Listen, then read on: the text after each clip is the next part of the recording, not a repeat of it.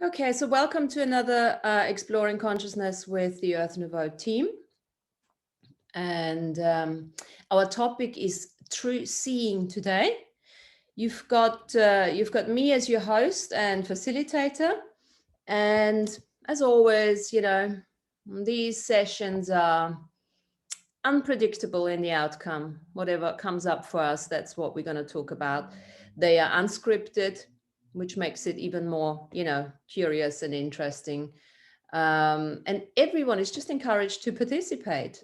And just, you know, we don't necessarily need to do, we're not that many.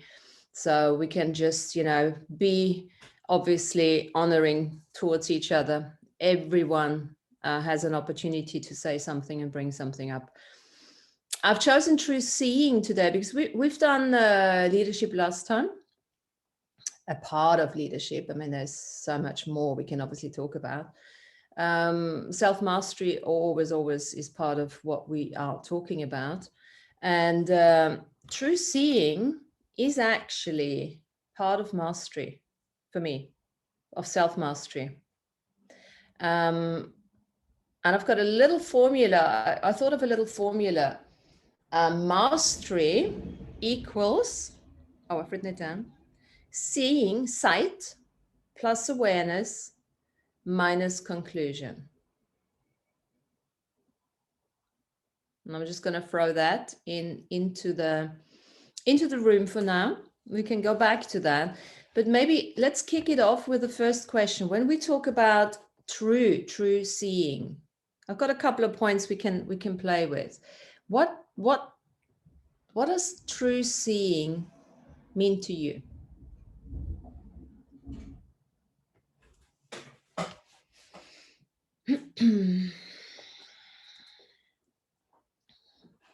And obviously we can play it with regards to mastery, because that's where, you know, it's like that true seeing and sight and insight going together. And we can play with the energy of we're basically playing with the energy of seeing and sight and looking and all of that. So sight and insight. Okay, so I'm going to kick it off if nobody else wants to. Oh. Yes. Alfredo. I was going to say, for me lately, it's kind of seeing beyond what's in front of me. Okay. Like, that's what it's been for me lately. And give us a context with that, because, you know, seeing is very much like, what I'm hearing is that seeing beyond is finding new truths, right? Yeah, that's the connection. For me, the connection, seeing, like what you just said, is seeing is finding new truths.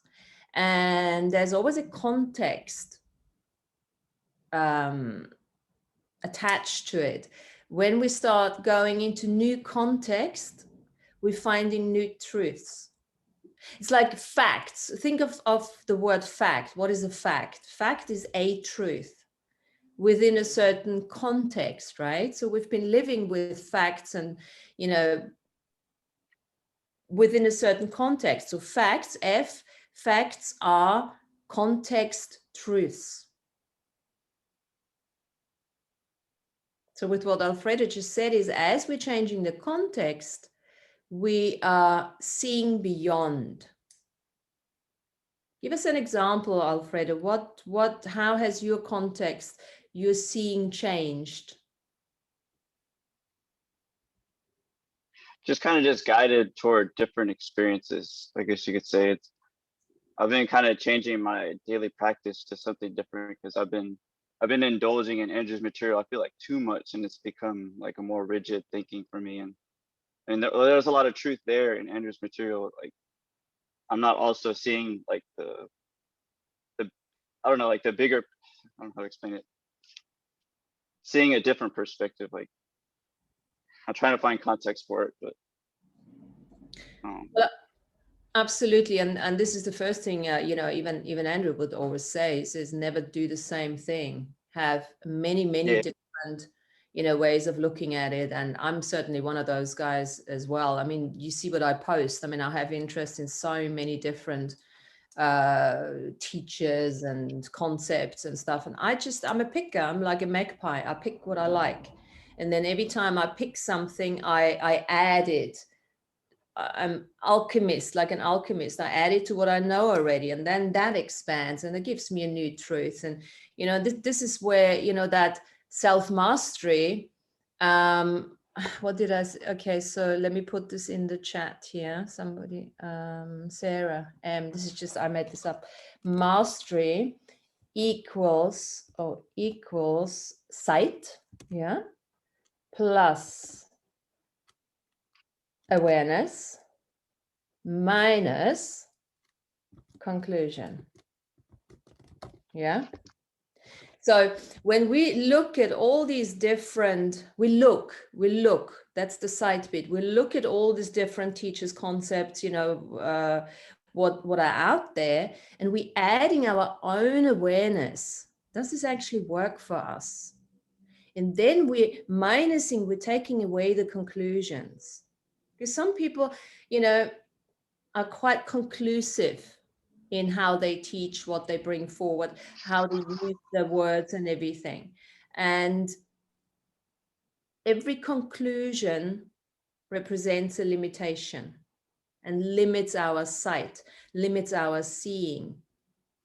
So it's nice to look at sight. What is it that I see from somebody else, or just in my periphery here? And then how can I add my awareness, my insight to that? And then I come to a conclusion. It does so happen. And then the choice we can make is every time you come to a conclusion, you let that go and allow the insight and sight, the mastery bit, to open up again.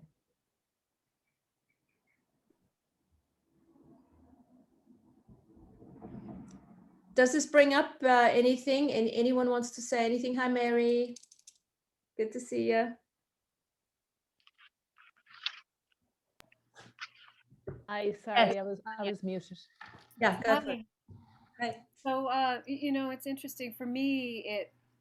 This kind of like, Alfredo, you were talking about Andrew's teachings, and one of the things I really appreciate about him is he has this ability to see a very, very wide perspective.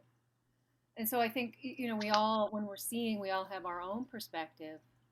But then if we can let go of the conclusion that's coming from right here and back up and be able to see that wider perspective, then it gives us insight into walking in other people's shoes.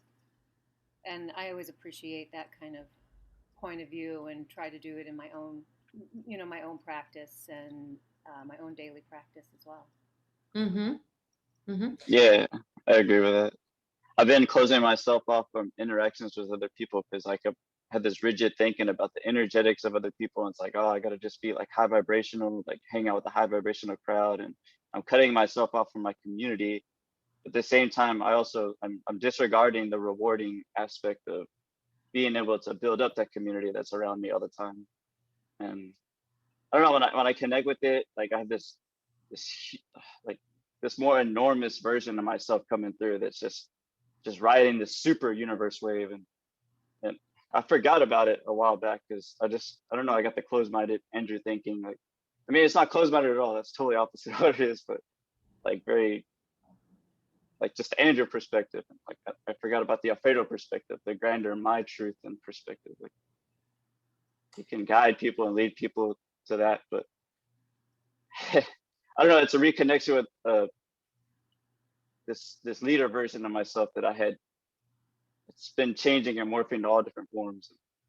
But yeah, I appreciate that input because yeah. So what you guys are saying here is also what I'm finding often, and I look at it as a bridge. I always ask the question, is the time now? Is a very good question. Is the time now for whatever I'm looking at, and sometimes we have to, just like Alfredo, you say, sometimes you do, go within and you start working with a particular material or something until you have integrated it. You experiment with that, you express yourself through it. And then there's this phase of completion almost, and then from there, then the door opens up again, and then the bridge comes out, and then you can walk back to your old communities but you never ever go back as the person that you have left. And this is when it gets really exciting, because once you start seeing when you expand your horizon and you start seeing from a broader perspective, then you can go back to anything, because you come from that space of self-mastery. You come from that space of non-judgment. And everything becomes that interesting point of view. Then it doesn't really matter anymore what people say and how they choose and what they choose, because you then have that insight that it's got nothing to do with you. The more you look, the more you see. And I'm saying this see out here, but it's not just the seeing out here.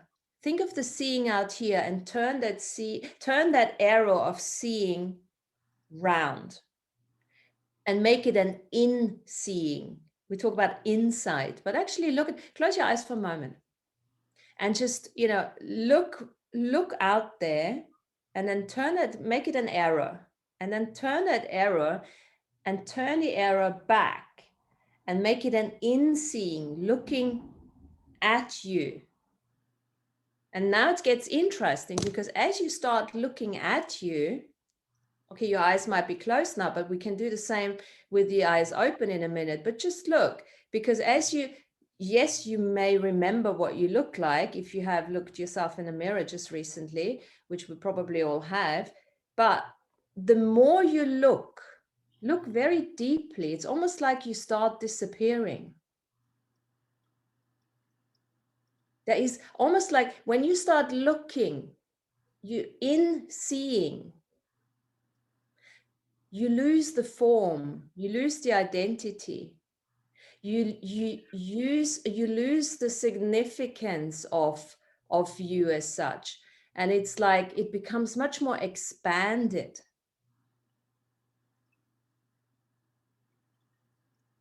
And then see what you see when you do this in seeing.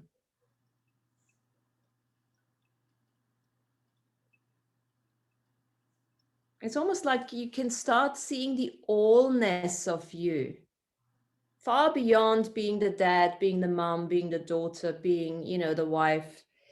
Yeah,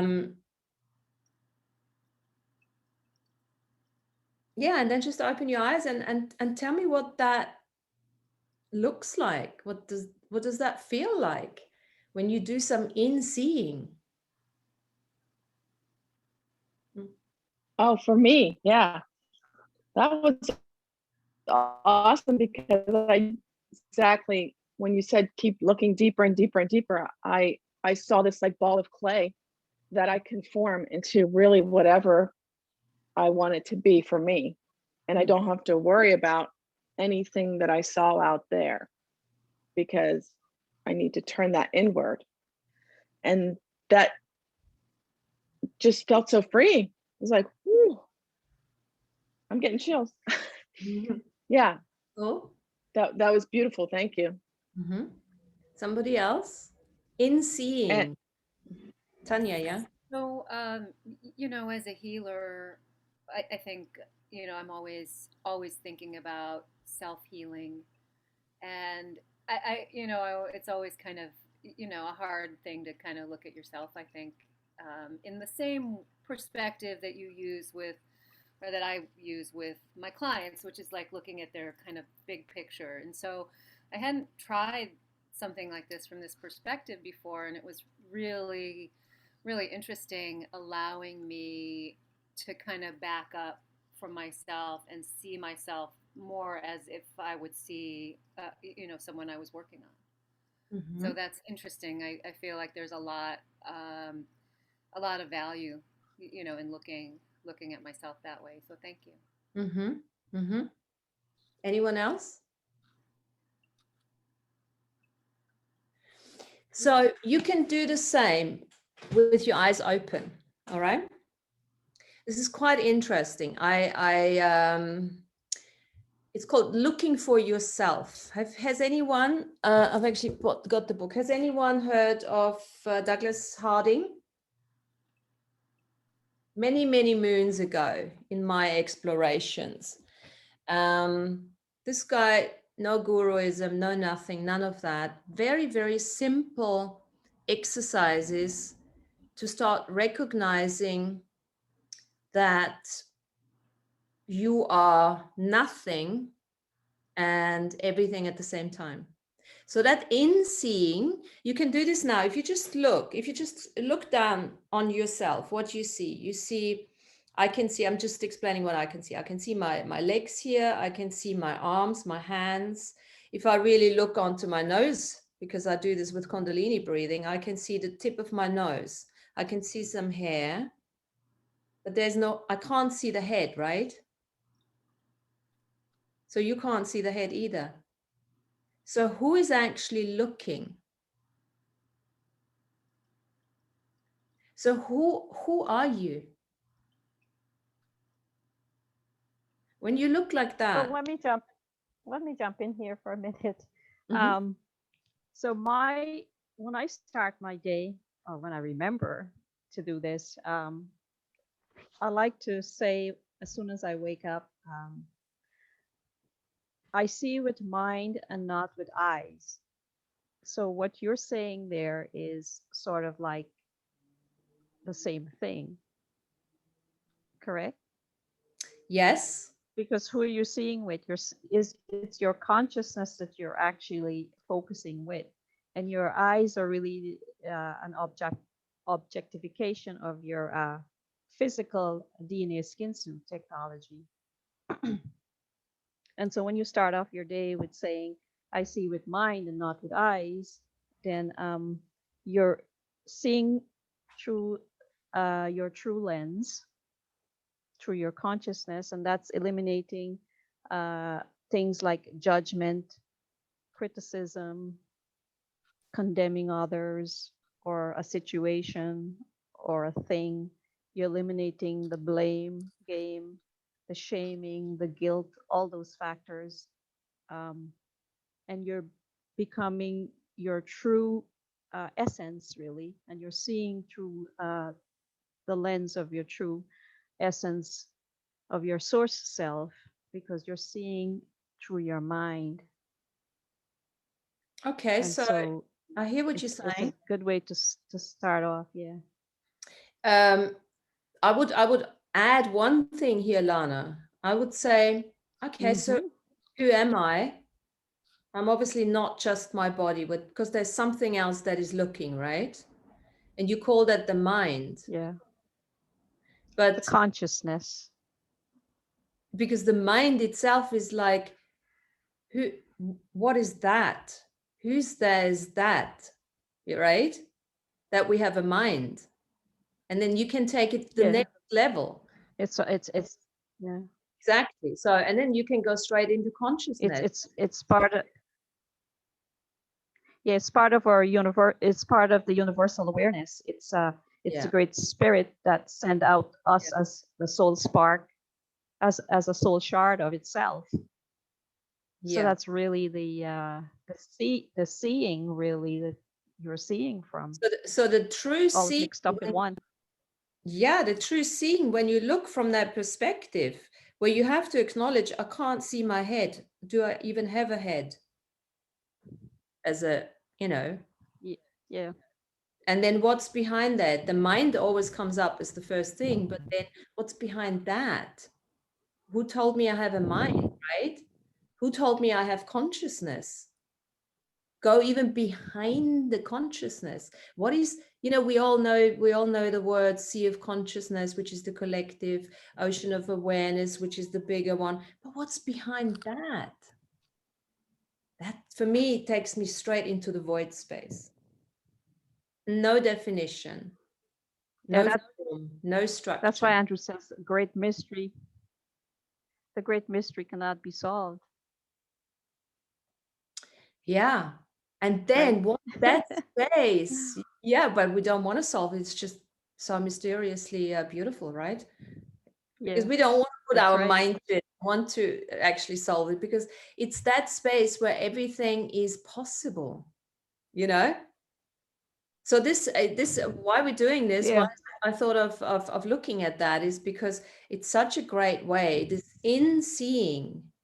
When you do a lot of seeing out there, just turn this arrow around and just do some Inseeing, and it immediately takes you into that really, I call it, for me, it's a void space, but then that void space is full of possibility, So that's part of the true seeing, because this is truly who we are, right? Yes, we have a body. Yes, we have a mind. Yes, we have our identities and our roles to play.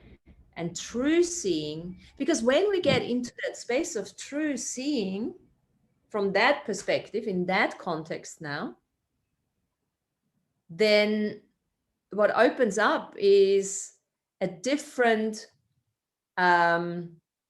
way of questioning.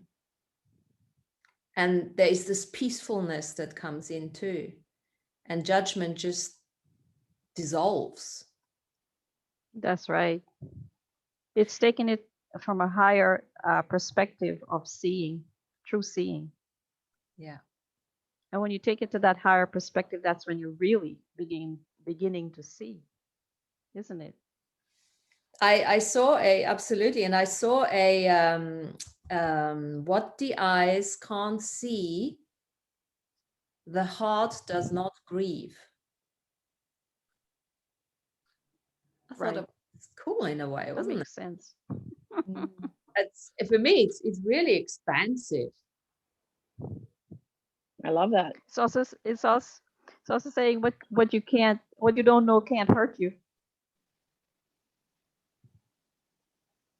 Yeah. Because you're not taking on that knowledge of knowing that thing that can hurt you.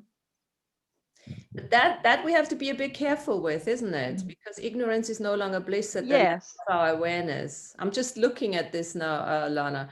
Can we? Yes, I see what you're saying there too. Yeah. But also it's sort of like if it's like hearing something. If you hear it, you can't unhear it. Right. So from that perspective, what the eyes don't see, the heart does not grieve. What the eyes don't see, it's maybe not such a good one then, actually. But that's Is that kind of like saying out of sight, out of mind? It is to a certain extent, but then we need to watch out the tacit consent, isn't it? Well, it's a good one to look at. Seeing involves everything, right? That's where we get screwed. I mean, I think of think of someone's death, right? Someone, a loved one, who was now physically present and now is not, and our eyes might not see that person anymore, but our heart still grieves them. Yeah, yeah. I was thinking that too. Yeah, the heart sense. Yeah, the heart's bigger than what we can see. That's how I felt it.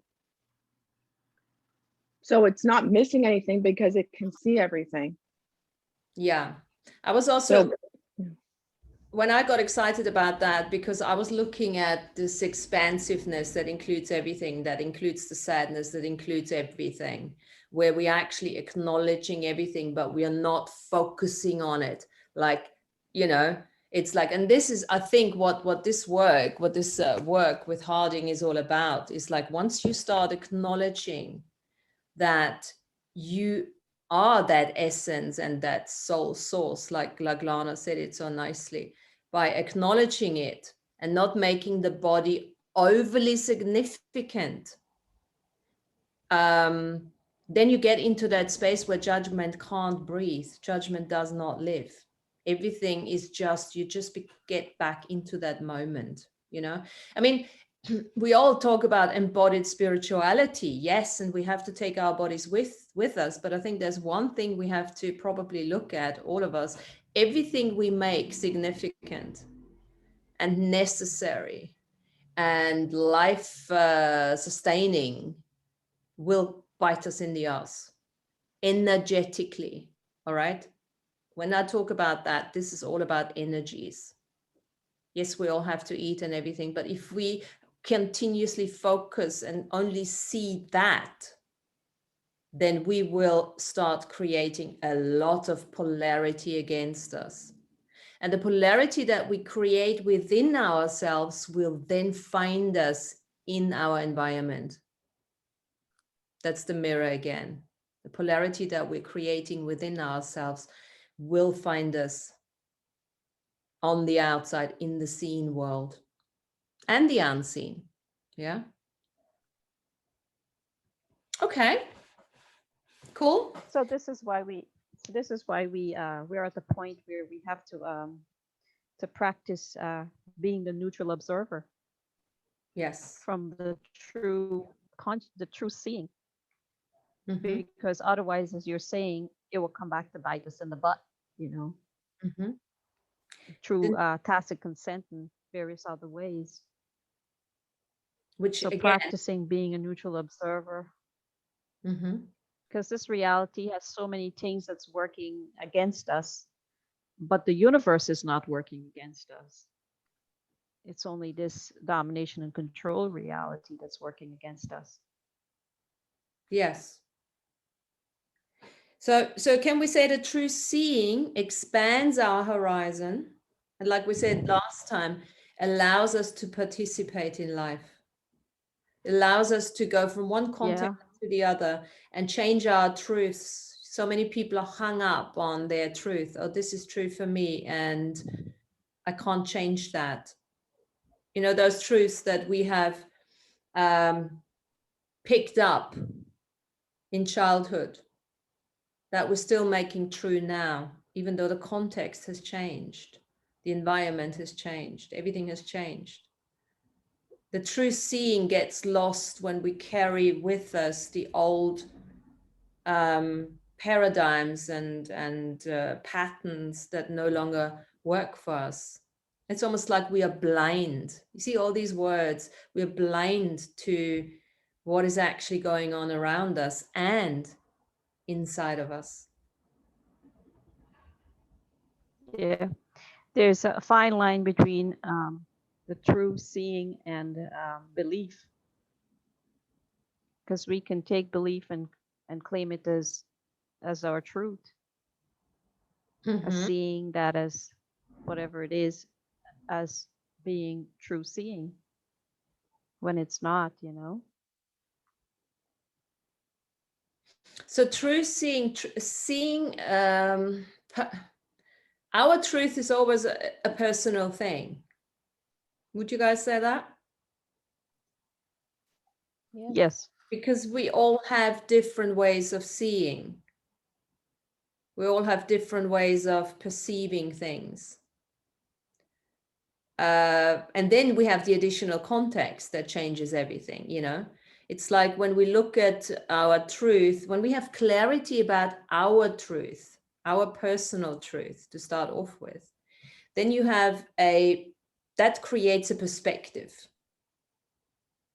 And that perspective then creates a vision. And that vision will create something. And then, you know, you will find people that will add and contribute to that vision if the truth is similar to theirs, right? So the seeing it's almost like there are no blind people out there in terms of what we're talking about here. There's just a different level of seeing without a hierarchy.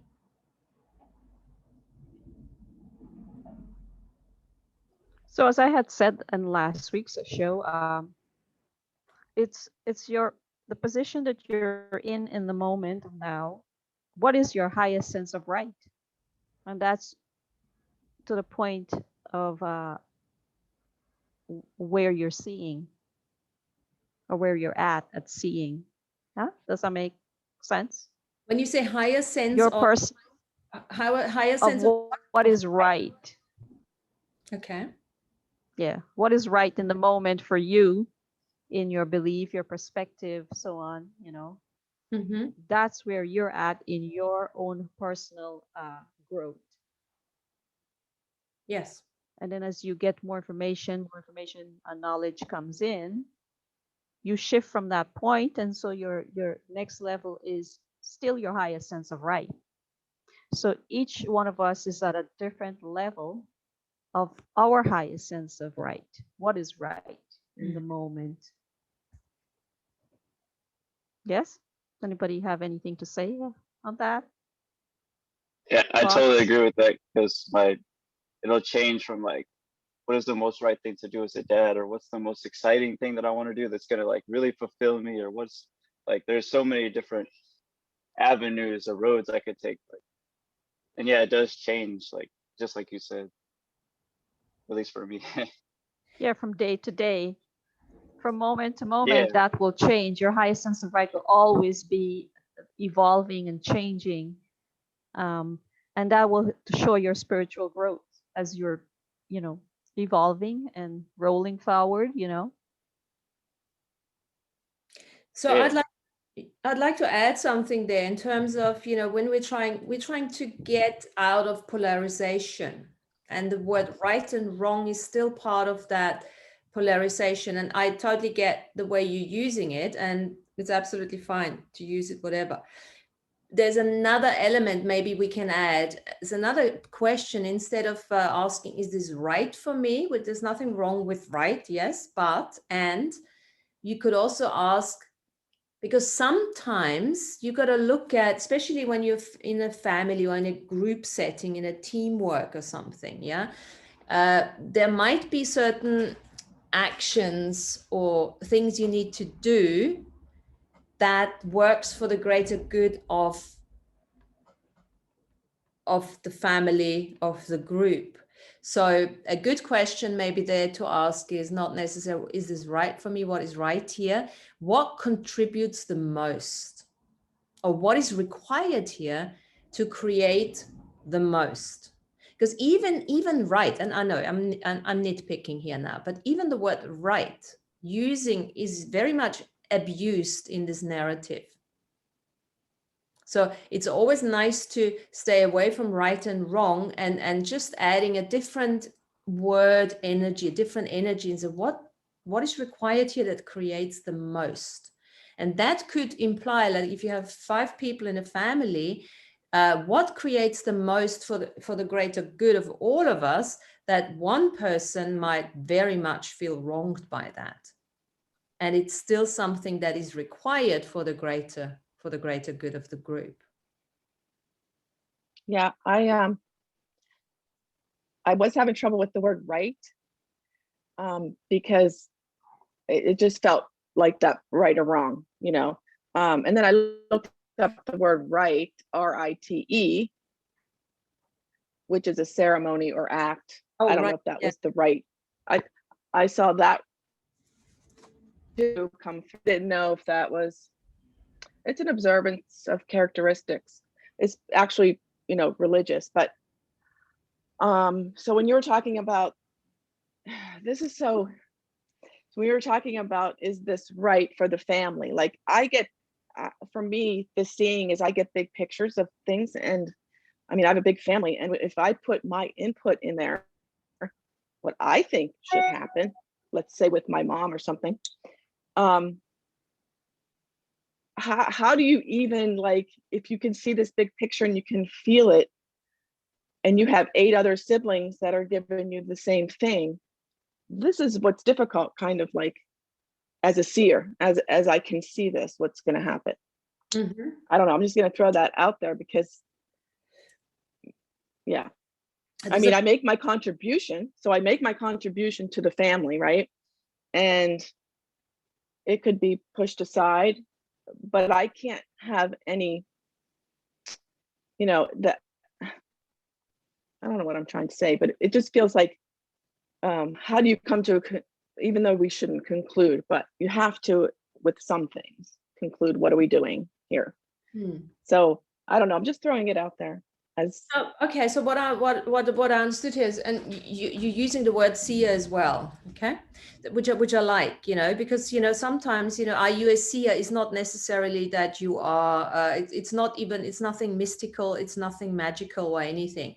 When you say you're a seer, like you actually have an awareness. You can see what certain things will create, right? Yeah. And this is actually part of that true seeing.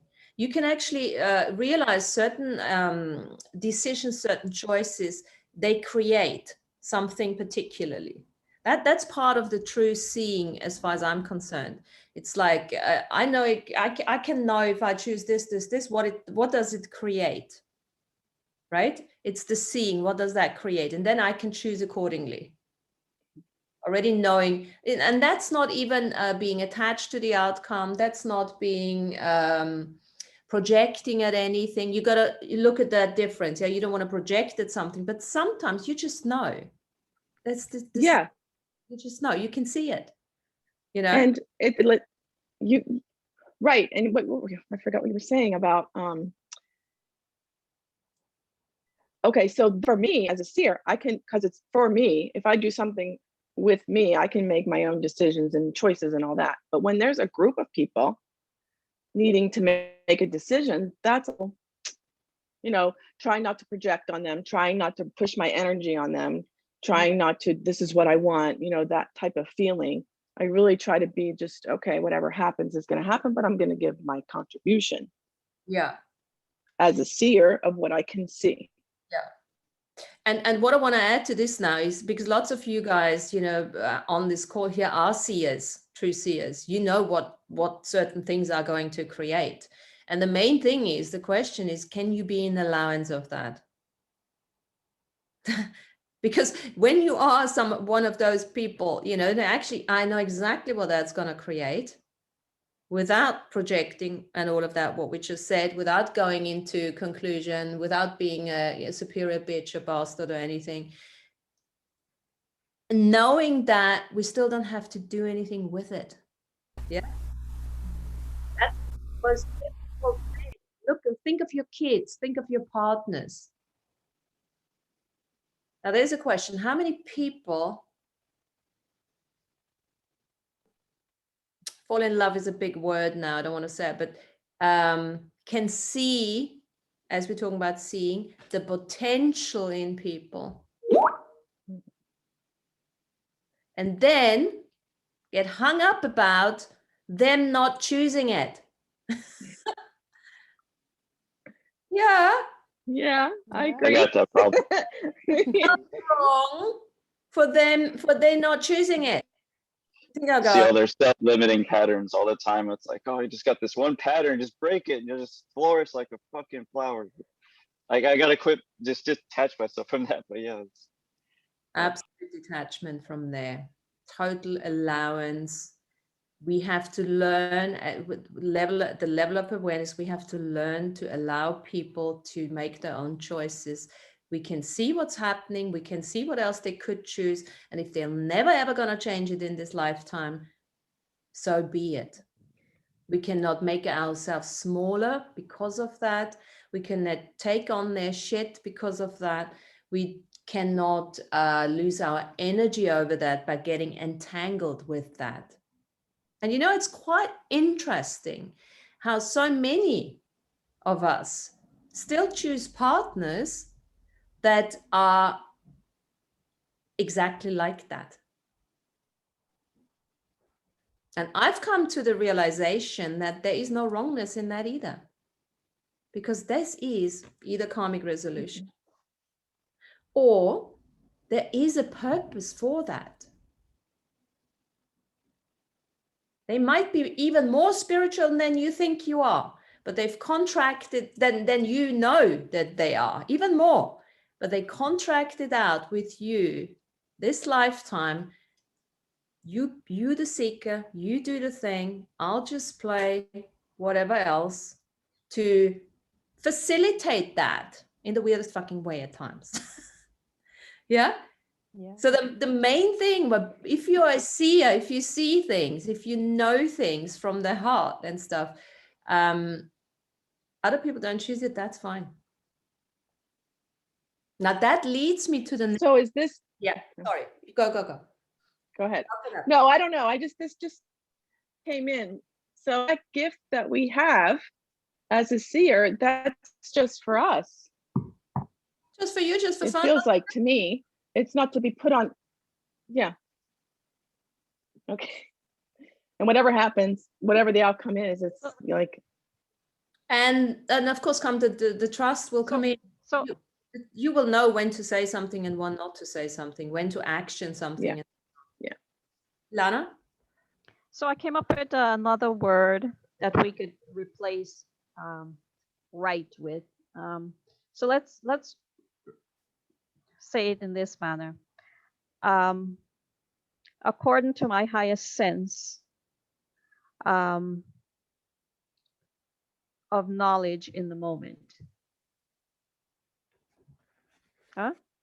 Yeah. Instead of my highest sense of right, it's my highest sense according to my knowledge in the moment that I'm in. So as you gain more knowledge, is you change, you unfold to greater knowledge. You're expanding yourself. You're becoming the master. Absolutely. And you know, of your own domain. Simplifying it and say, this is what I'm choosing right now. Because, you know. So does that help? My highest sense of knowledge. Yeah. If that helps for yourself, yeah.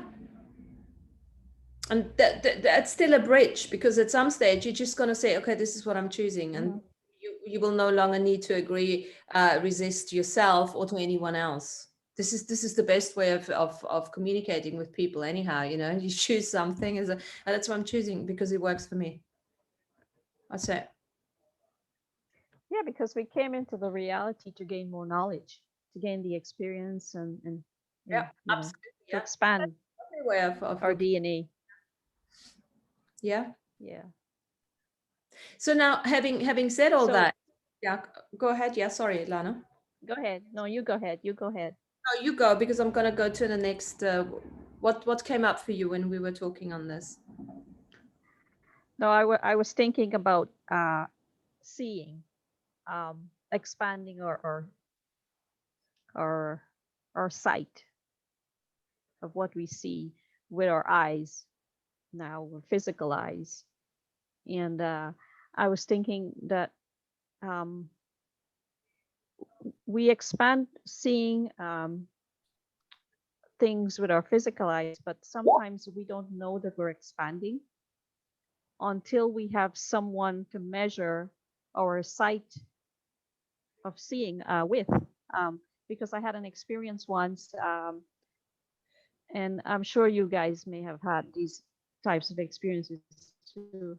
I was out one evening with my next door neighbor, and the moon was out, and there were some clouds that was around the moon, and I could see the different shades of colors from the reflection of the moonlight on the clouds, and they were so beautiful. These different shades and colors surrounding the moon, and I was really uh, enjoying this. So I pointed it out to her, and I said, "Look up there. Can you see the colors around the moon? That's reflecting off of the clouds." And she said to me, "No, all I see is gray and white." And I said, "Really? You can't see the colors?" And she said to me, "No, I wish I could see, and I'm not colorblind, but I can't see what you're seeing."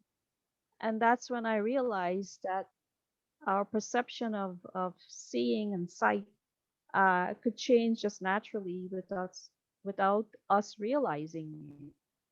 So I was wondering if anyone else has had that experience in different forms. Um, I have a different form with that, Lana, and it's nice you mentioned that, because when I have what I consider a true friend, like a true friend of mine would be somebody, if I can phone them up and say, look, I'm working on this and there's something going on and I'm not entirely sure what's what is hooking me here and where I feel stuck, and then they just talk to me about it. Well, I talk to them, and as I'm talking to them, they might say one or two words, without really trying to give me the answer, but just hold that space, that true seeing.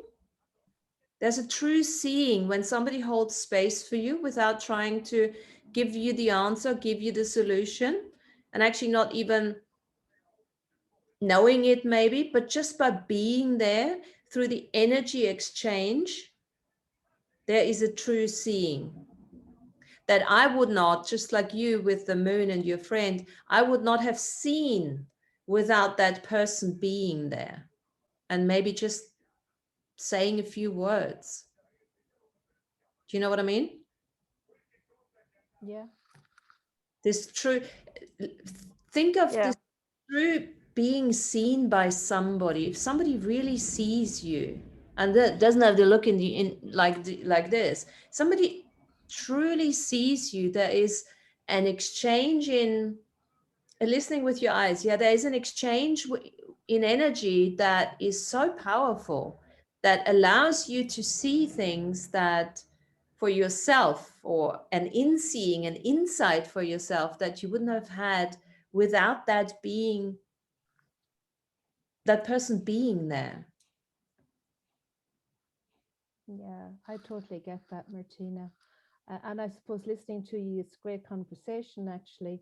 I'm just kind of aware that, when I look at something, how much more am I seeing beyond just the physical vision, beyond the physicality of my eyes, and what's connected to that? What has broadened out that? And I think sometimes it could be intuition, it could be feeling. Am I seeing and feeling at the same time? Is that how I can see beyond just what's in front of me? And what allows that to happen? Is there something about, when you focus your eyes on something, there's something about an imprint, I think, that happens. You get an imprint, don't you, of what you've looked at physically. But there's something else then that happens that's beyond that. And it's like when we did the little visualization thing at the beginning, as we looked back in at ourselves, it just felt a bit like that I was disappearing, but not disappearing into nothingness, but disappearing to allow something in me to travel through the eons of time, back to the beginning, back to something that looked like the beginning anyway, if I know what that's like even. So, yeah, go on. That the you was disappearing, because this is the you was disappearing, and the bigger you, the source, the consciousness, whatever we want to call it, started appearing. Yeah. And this is the power of that exercise, is that is that you, that big you, that source connected you. In my case, I call it void space, that ocean of awareness you is always there. Yes. And I think that's there to us as well when we look at one another and we really see one another. What you were talking about there, Martina, where somebody really sees you. They don't necessarily have to be looking at you at all. They could be at the end of the phone, they could be whatever. But it's something about really getting you, isn't it? Just getting something about you. Yeah. Yeah, there is this harmony. Harmony is the exchange between you and your environment, other people. So, this is again, you got your frequency, the spark that you are, and then the vibration, the length of that spark, and then the harmony, how we harmonize with other people. Mm. I think we can increase that harmony by true seeing, Yes. Yeah. without going into judgment, without, and hey, this was one of my biggest mistakes in the beginning when I started this work, because I'm always, there's no problem for me. I always have a solution for everything. And I could be quite annoying, and probably still are at times, because as soon as there's a problem, I have already 5 solutions, and people don't want that. People just Yeah. want to be listened to at times. They want to be seen. And it's really, that's why I said, as a seer, it's even more important to see others where they are at, without overwhelming them with, even though it could be the greatest solution ever, they just can't hear it at the time. It's always, the question is always, can that person hear me, or do they just want me to see them? Mm. And Mary, you mentioned touch, because there's almost like, when you are listening, when you are really seeing somebody, it's almost like there is a touch that's coming into this. It's almost like you feel like someone is touching you. Yes, absolutely. Yeah. Yes. I've had once, I went to a chip shop, and it was chicken nuggets or something, and chips, and I said, I just get the nuggets and I don't want the chips, to the guy who sold it. And it was a guy in the shop, and he said, and he looked at me and said, oh, you don't eat chips? I was so taken aback, because he saw me. There was no judgment. I was just like looking at me, not from a weird way, just so seeing me, that so interested that I don't eat chips. I was almost blown away by it. It almost felt like he had touched me, because Wow. it was almost real. That's how it felt. And it made me realize how little we are actually being seen by other people. Yeah. And how much we miss that, because when you were talking about it there, Martina, I think for me, that feeling of being seen, and that feeling of being touched in that seeing, is for me the ultimate feeling of love. I don't think there's anything that can compare with that, no matter what the problem is. If you meet somebody who really can get you and can touch you in that place, it's like, that's it. That was all I needed. It's I've, not about the solution then, it's just about that. That was beautiful. Thank you. Yeah. you guys have that too? Can you relate to that? It was almost uncomfortable in the beginning. I didn't know what to do with it. I almost couldn't receive it, Mm. because it's not something that I was used to. Yes. Probably still not either yet. But anyway, blah blah. Feel like I would be avoiding looking at certain people, and I would be cutting off my connection. But like, just, yeah, people like just subtle, just acknowledgements of their existence. Like, yeah, it's just beautiful. It's yeah, deep connections. So it's the biggest gift you can give, especially in this reality where nobody really gets properly seen. Mm. And I suppose too, to ourselves, to give that to ourselves. Mm. So how do we do this to ourselves? That's a very good point, Mary, because there's lots of those little affirmations, looking in the mirror, oh, you're beautiful, you look good, and is it that, or is it something else? Well, that part is grand. I think we might need to go a bit deeper. Mm. I think sometimes it's the value of friendship, maybe, because sometimes other people can help us see ourselves better. Like you were saying earlier about the true friend. If you're lucky enough to have one of those in your life, or maybe two, it can help us to see ourselves more honestly, maybe. Absolutely. Mm.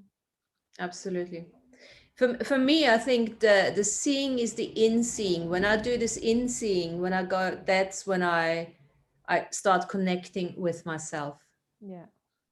That inseeing, when I go into this void space, I when I do this in my meditation, I often have tears, you know, and I really open up. I go out of the cerebral thinking and I go into that heart space. I know when I do that, I completely lose touch with whatever it was that was troubling me. I go beyond that completely and really fast. I just go right through it. So it makes you wonder, doesn't it, about the stuff that bothers us on this level, you know, on the See? 3D. Yeah. So simple, guys. We've done it. It's like, Not wanting to, well, sorry, I didn't mean to interrupt Martina, but it's like, I was acknowledging, it's like, I don't want to look at certain people because they bring out aspects of myself that I don't want to look at myself, you know, like I don't, so it's not so much me not wanting to look at them, it's me not wanting to look at those aspects that they bring out in me that I don't want to look at, you know. So I just have a little moment. yeah, but I'm actually not buying this, Alfredo. I'm not buying this from you. You wouldn't be here if you wouldn't be willing to look at stuff about yourself. Yeah. Come on. Are you sure? I feel like I am because I don't know, I just really want to work on my relationship with others on a but then I think about it, is it just so much like a relationship with myself? Like, but hey, you tell me, Martina. Our relationships are truly an extension of the relationship with ourselves. And the little mirror exercise we've done last time, uh, it's beautiful because you don't need a therapist for that. You know, whatever triggers you, look at that. Great. Something triggers me, I'm immediately sitting down, get my little pad out. Okay, what is that I'm not acknowledging? What is that I'm not embracing? Yeah, and then you just let it go. Tick, tick, tick. Gone. Done. It doesn't take long, and you will no longer attract people into your life. As soon as we said earlier on, as soon as you release the polarity, the judgment within, you're no longer starting to attract. Of course, there is more to that too, but this is just from a very simple DIY, do it yourself, you know, little tool, without going into judgment, just really looking at the triggers. So let me add something to what Alfredo um, is trying to accomplish. So Alfredo, when you're looking at someone, and this might be helpful, is that um, you're trying to see the qualities, the universal source quality in that person. When you're looking for the qualities, the good qualities in that person, you're admiring them, then you're saying, oh, I like this about them, I like that about them, I like that thing about them. That's when you're seeing that person, you're seeing the qualities of that person, and then the true source essence of that person comes forth into your consciousness of that person. Does that help you? Or does Yeah, that yeah. explanation? Oh, Yeah. Yeah, that's yeah. It's seeing the qualities of that person that you admire the most, and you take it from there. Yeah, that's kind of where my focus has actually been, like everything Yeah. you said. And you can start with your kids. You know, it's easier to start with your kids because you can see more fun things in your kids to admire. And then you take that out to the adult world. Or if you go to a store or something and you see a person that you don't know, a complete stranger, and you're standing there waiting to check out or something, and you're looking at a person, you say, you look for a good quality in that person as they're interacting maybe with the cashier or something like that. And you say, oh, that's a really beautiful expression of the God source coming out in the interaction of that person with another person. And so you build upon that and you take it from there.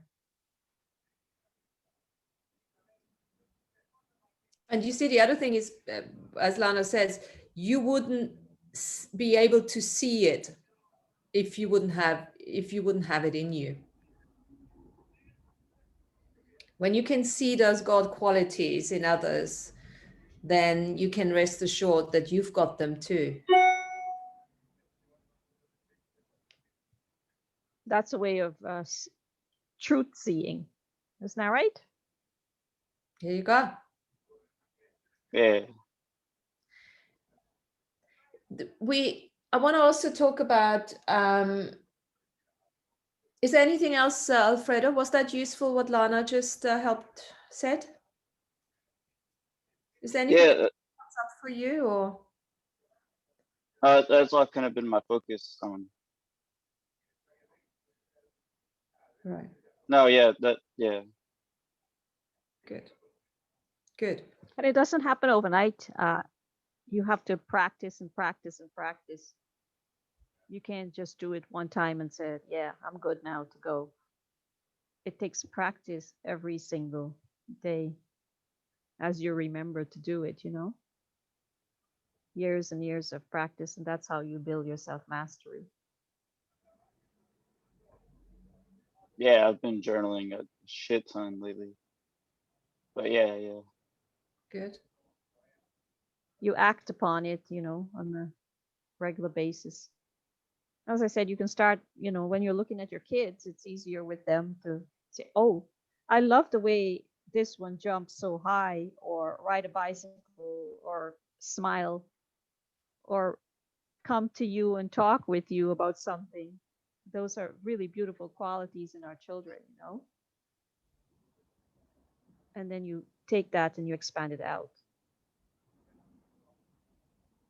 And even see it in yourself too. Yeah. Fabulous. Now, there's another level of seeing and sight I thought we could have a quick crack at. We're talking about seeing potential in others and they might not see it. And of course, it works for situations, opportunities as well. If you take COVID, for instance, it's a great opportunity to look at that and relate that to the sight and to the insight. So many people just they choose to see something. Oh, cheers.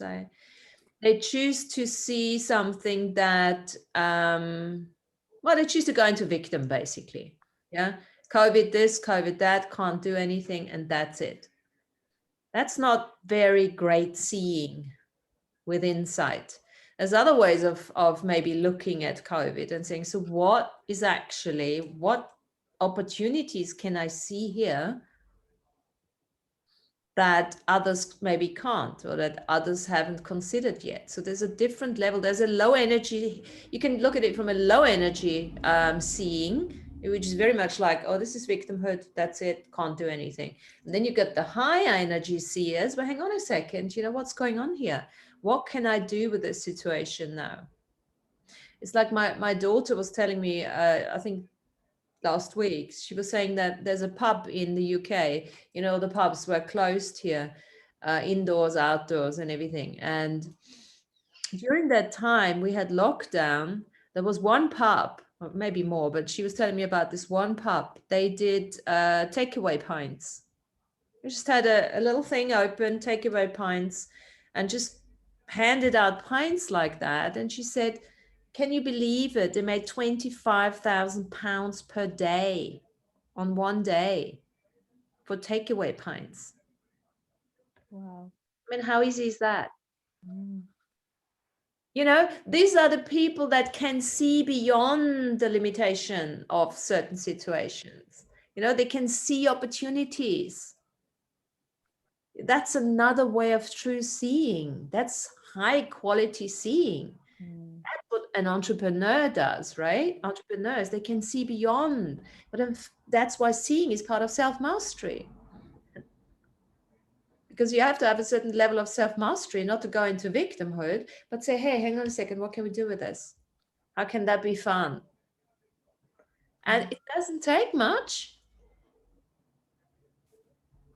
It's probably easier for them. They just hand out the pint and off they go. Plastic bag. It's obviously not very good for the environment, but hey, who cares? £25,000, off you go. So seeing, being seen, looking for oneself, finding the essence. I find that quite fascinating. As soon as you start looking for yourself, you're not finding the body, you're finding the essence of who you truly be. And I find that amazing. I find that amazing. As soon as you go into seeing inside, you don't say, oh, I'm this, I'm this, I'm that, I have done this. No, you go straight right there to the core. Mm. Image. Yeah, because that's what you truly are. Yeah, isn't it cool? Yeah. The more you practice that in seeing, the more you know what you truly are, the less you can get entangled with the crap that's happening here. You just can't take it serious anymore. And actually, once you cross that bridge, everything becomes just joy. It's like, oh wow, people still doing that. That's fantastic. Let them get on with it. Maybe I need to move on here. Need to move away.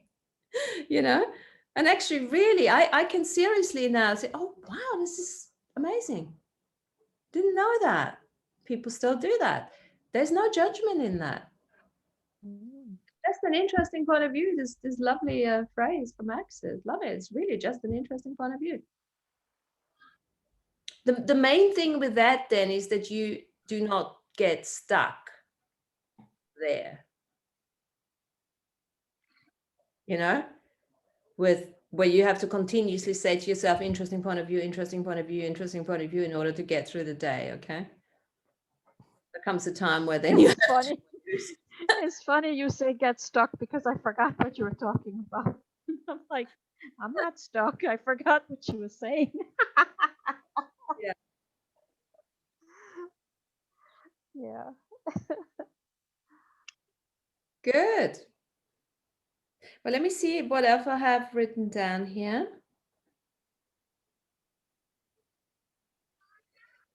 We've been going on for what the eyes don't see.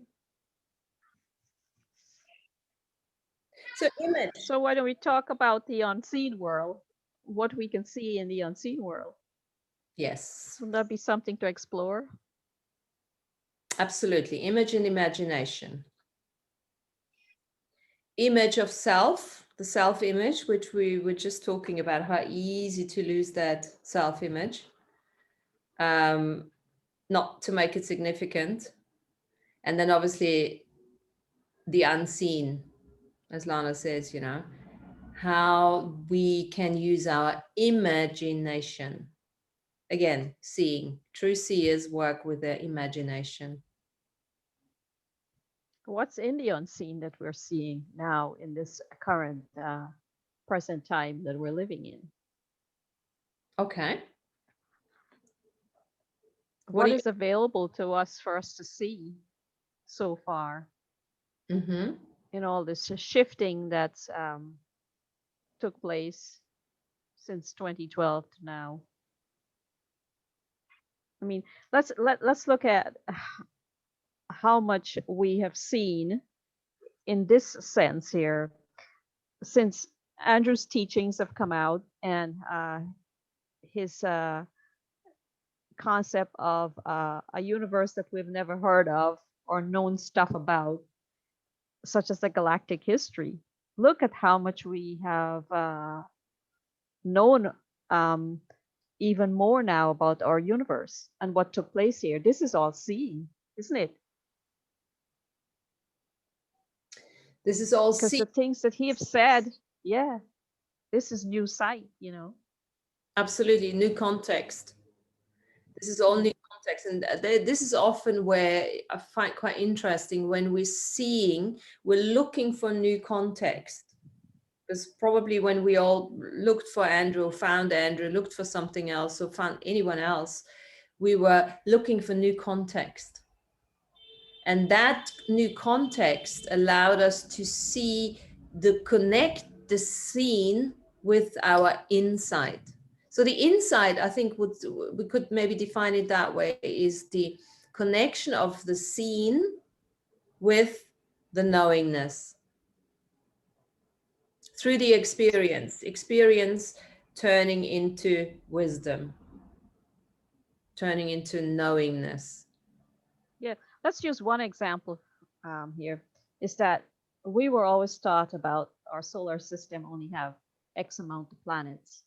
Now we are aware that it has 66 planets.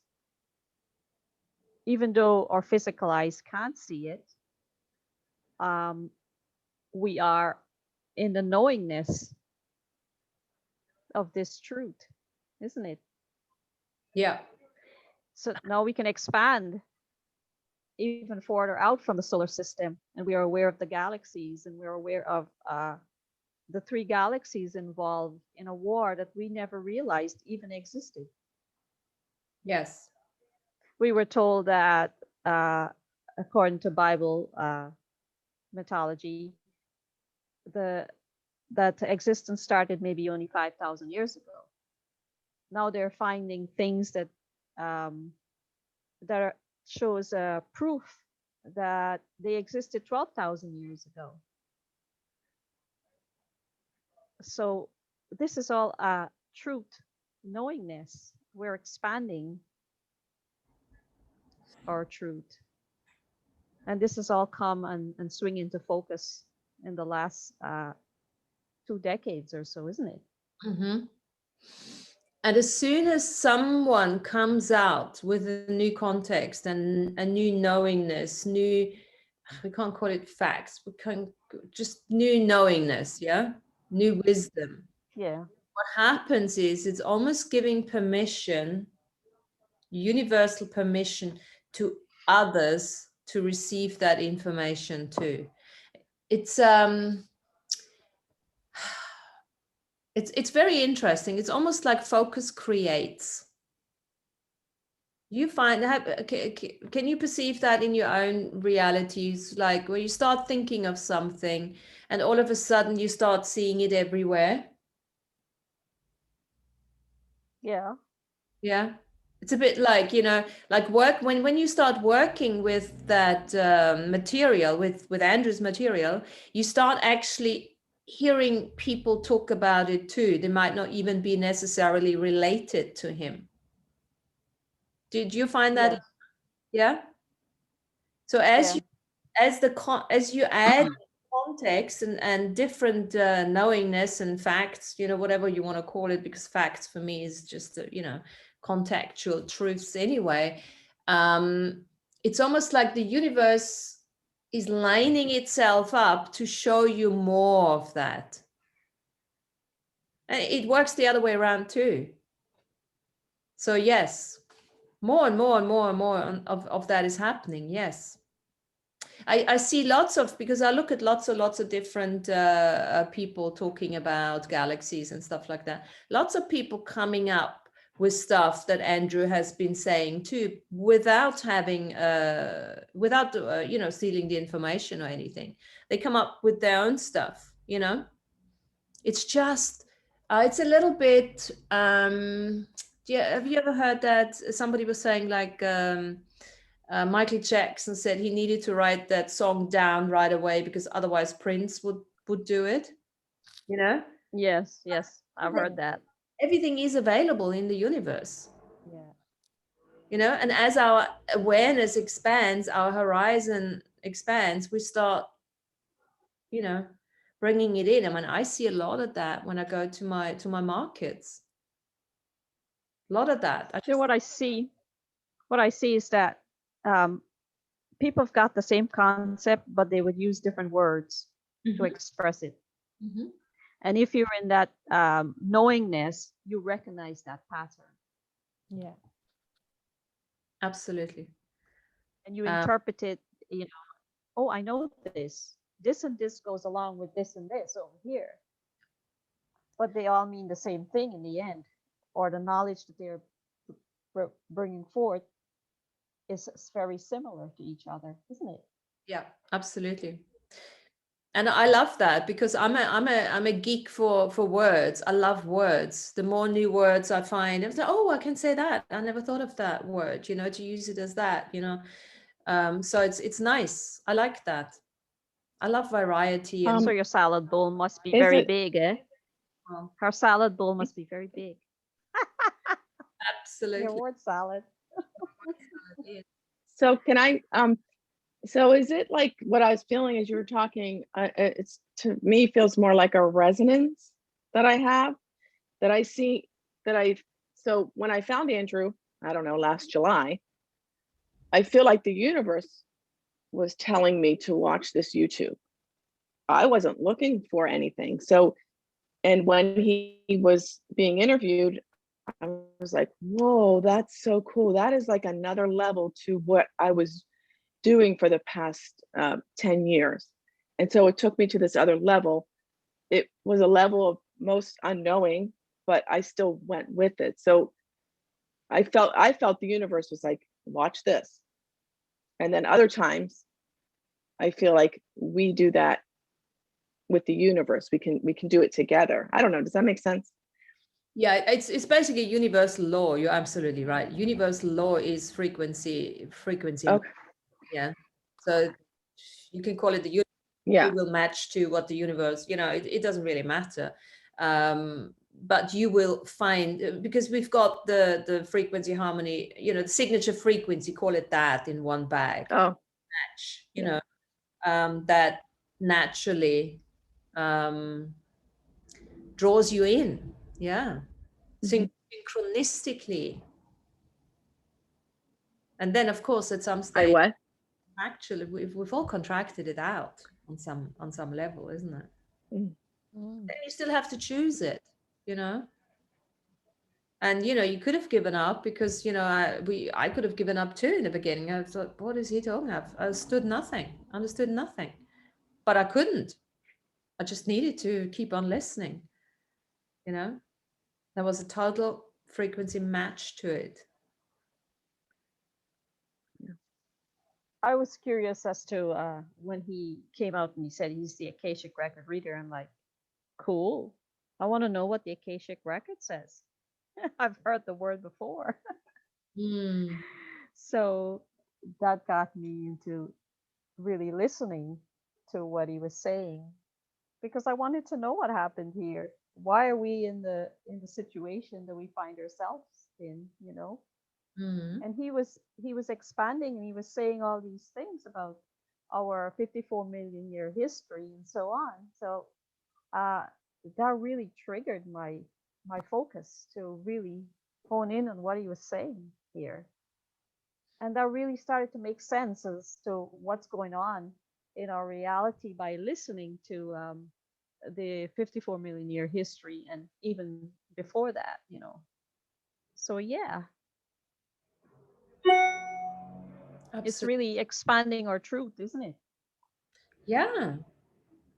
It's allowing us to see beyond what we've learned and studied, and add our own knowingness to it. You know, it's almost like a permission slip. Some, Yeah. you know.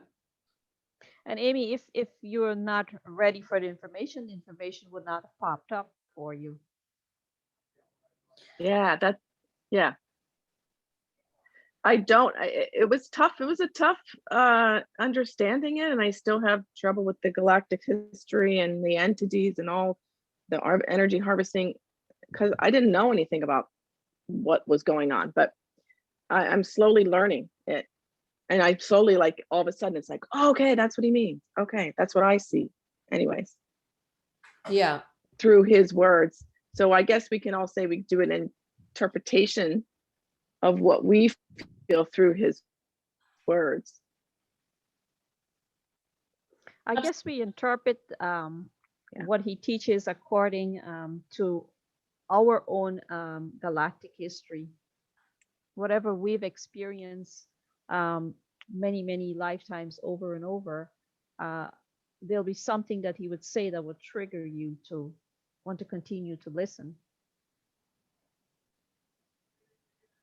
Yeah, I mean, yeah, even just thinking of the word reincarnate and incarnate. Like he totally, I understood.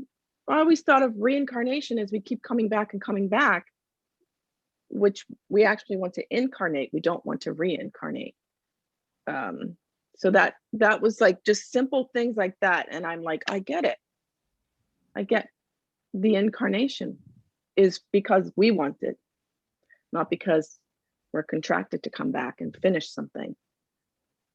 Yes, he said that we are incarnating species, not a reincarnating species, but we got caught up in the domination and control system.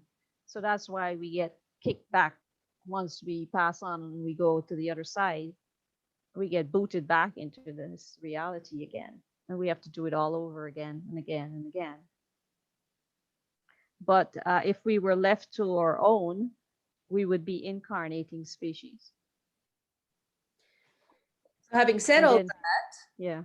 you know, Lana, with the changes that you've you know, mentioned since 2012 and everything, you know, we can now choose that. Not everybody can, and every day, every moment, every hour counts. I hear about people saying, "Oh, they just want to get out of here." Every moment counts right here, right now. Whatever you're changing, whatever you're choosing in this lifetime now, will make a difference to what you can choose and contract out afterwards. I agree. And I think of people who are saying they just want to die and move on. How do you know you're not going to get kicked back in here when you go over there? And you got to start all over again as a baby. You know, if you're here, do the best you can and accomplish as much as you can while you're here, isn't it? Yeah. I So wanted you to can share choose that. differently. Yeah, go ahead, Carol. Oh, I wanted to share that when my family tells me, "So, Caro, when are you having babies?" I say, "Familia, I'm giving birth to myself." What do they think about that? My mother is very excited. She can't wait. She got it now. Got it. She's so excited. She's like, I'm gonna have a grandchild. She's going to have Caro and Mini Me. Yeah. Aho. Yeah, that's it. Exactly. Okay, my lovelies, we're going to call it a day. As usual, thank you so much for being here. Seeing imagery, seeing in seeing. Just keep practicing seeing. And all the best. Have a good week. Inseeing, outseeing, Outside. above seeing, below seeing, Below seeing, yes. roundabout seeing. In the sea. All right. Thank you, Martina. Bye. Bye. Thank you. Thank you. Bye-bye.